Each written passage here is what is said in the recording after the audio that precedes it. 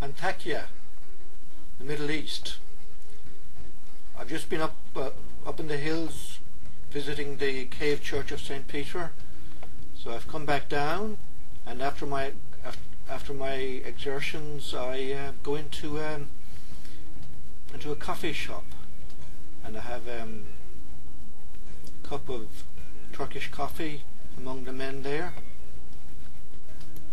And this was my neighbour as I was sitting down, an old man, and I imagined he was one of the descendants of a Greek god, as he didn't say anything to my questions and talk, but just smiled at me. So anyway, this is ANTAKYA. This is the river Orontes, and speaking of Greek gods, the goddess Daphne was from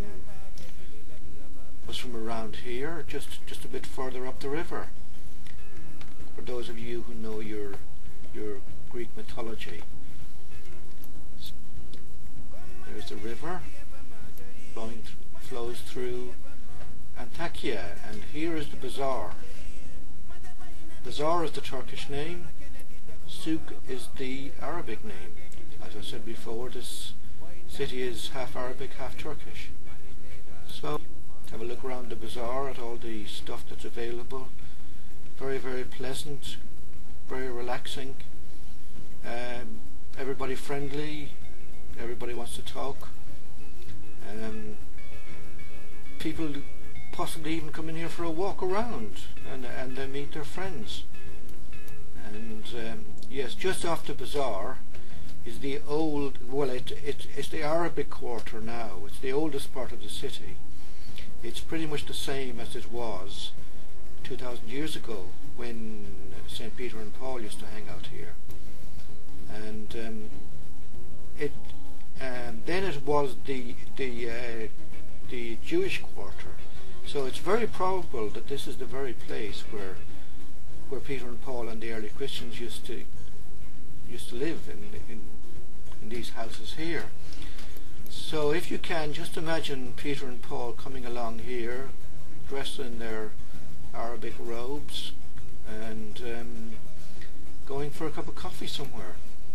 And they're walking along here, discussing a bit of philosophy, as they were, as this city was probably a ferment of all kinds of stuff, you know, because it was in the middle of a lot of trade routes. There was a lot of new ideas coming along, so there was probably a lot of tolerance. And this is one of the houses. Inside there's a little courtyard, and this is the way that the houses were built back then. So there's the doorway. So if you could go in there, you'd be into another world, into a world of family. So you see the overhanging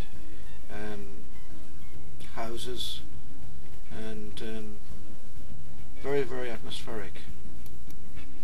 So as I'm walking along in the bazaar, I see this mosque, and I've just bought a pastry from a patisserie. Turkish pastries are very, very good. So I just bought one, and I'm walking around, and I see this, and I think maybe there's a little courtyard as part of the mosque that I could sit down in. So there it is. So I go in, and there's a little courtyard, very, very pleasant. So I sit down and I have my pastry, and over there in the courtyard is the washing place where you wash your feet before you go into the mosque. And after my pastry, I head for the nearest coffee shop for another Turkish coffee. And so this is the end of my stay in ANTAKYA. Thank you very much for listening, and I'll see you on my next travels.